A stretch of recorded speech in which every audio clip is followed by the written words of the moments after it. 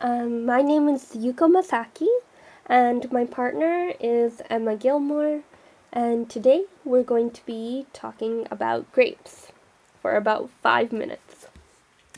Alright, so to start with a little introduction, wild grapes, or Vitis vinifera sylvestris, were originally domesticated about 6,000 to 8,000 years ago in the Near East in the Transcaucasian region between the Black Sea and Iran.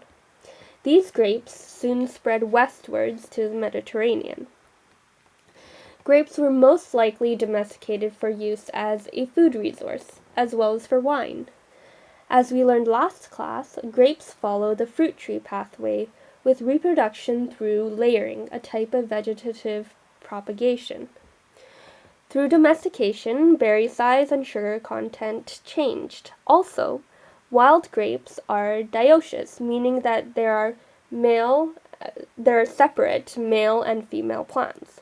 On the other hand, domesticated grapes are hermaphroditic, meaning that they have both the female and male anatomy within the same plant and can self-pollinate.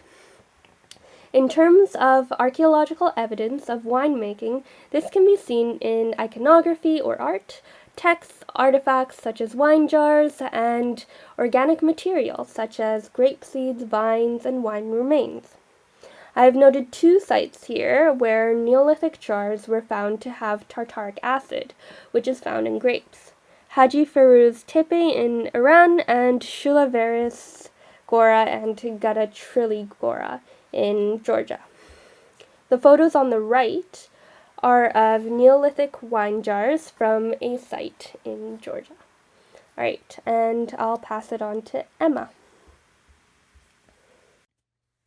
Alright, so the cultivated grape has managed to retain high levels of genetic diversity, much higher than that of humans and levels comparable to the diversity in maize. Even though the cultivated grape experienced a modest reduction in genetic diversity as it was brought to Western Europe, the reduction in genetic diversity attributed to domestication and breeding grapes has still been found to be very weak on a genome-wide scale. Despite this, there have still been some noticeable changes in morphology or the appearance of the grapes. As Yuko mentioned, these include larger berry sizes, higher sugar content, and more variations in color.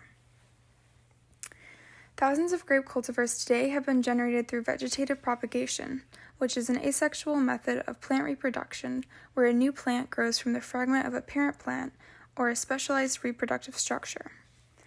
Vegetative propagation has been utilized mainly because it has allowed the production of fine wine due to increased control over genetic variability.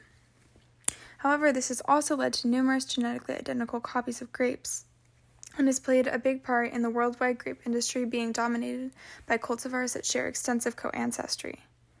Because of this, the grape is a vegetatively propagated outcrossing perennial species, meaning that old cultivars propagated for thousands of years can still coexist with more recent cultivars. This has reduced the motivation to breed or create new cultivars, and it was found in a study published in 2011 using over 1,000 samples of domesticated and wild grapes from the U.S. Department of Agricultural Grape Germplasm Collection that 74.8% or 3/4 of grape cultivars are related to at least one other cultivar by a first-degree relationship, which is a parent-offspring or a sibling equivalent relationship. And this is shown in the figure in this slide of a network of first-degree relationships among common grape cultivars. So this suggests that there are a vast number of higher-order pedigree relationships, which would be second or third generation, within the present set of domestic grape cultivars. And based on these findings, we can conclude that the genetic structure of domestic grapes today can be understood as one large, complex pedigree, which has resulted from a limited number of crosses made among elite cultivars that were most likely bred or vegetatively propagated for centuries at a time. Alright, so here's our bibliography slide, and that wraps up our presentation on grapes. We hope you learned a lot and enjoyed what we had to say. Thank you for listening.